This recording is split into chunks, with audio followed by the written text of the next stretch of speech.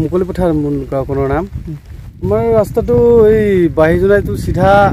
ৰতনপুৰ যোগেদি অহা অভয়পুৰলৈকে পায় মানে এই অমৃতপুৰলৈকে পায়গে ৰাস্তাটো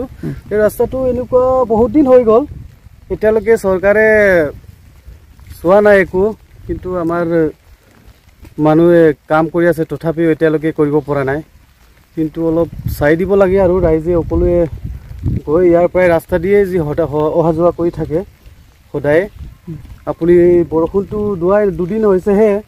এনেকুৱা হৈছে পথখিনি চাওক আপোনালোকে চাব পাৰে ৰাইজে সন্মুখীন মানে এইটো সন্মুখীন ৰাস্তা নহ'লেতো মানুহৰ কামেই নহয় অসুবিধা হয়েই চবৰে হয় মোৰেই নহয় গাড়ী বাহন একেবাৰে চলিবই নোৱাৰে আপুনি চাওক নিজে চাই লওক ৰাস্তাটো কেনেকুৱা হৈ আছে এতিয়া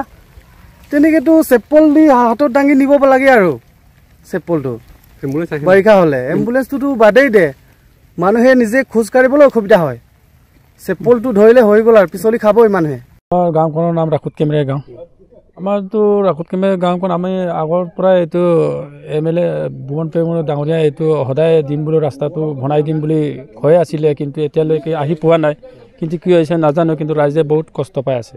বোকা পানী গাড়ী মটৰ বা বেমাৰী লৈ যাব নোৱাৰে মেডিকেলত এনেকুৱা সমস্যা চলি আছে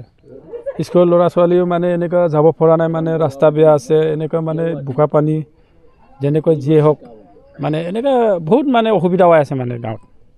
চৰকাৰতো আমি আহ্বান জনাইছোঁ মানে যাতে মানে আমাৰ ৰাখুত কেমেৰা গাঁওখনৰ যিটো দলং যি ৰাস্তা বেয়া হৈ আছে বনাই দিব লাগে বুলি আমি দাবী জনাইছোঁ আপুনি বিচৰা বাতৰি পাব কেৱল নিউজ 18 এপত নিউজ 18 এপ ডাউনলোড কৰিবলৈ স্ক্যান কৰক এই QR code Google Play Store তো পাব এই নিউজ 18 এপ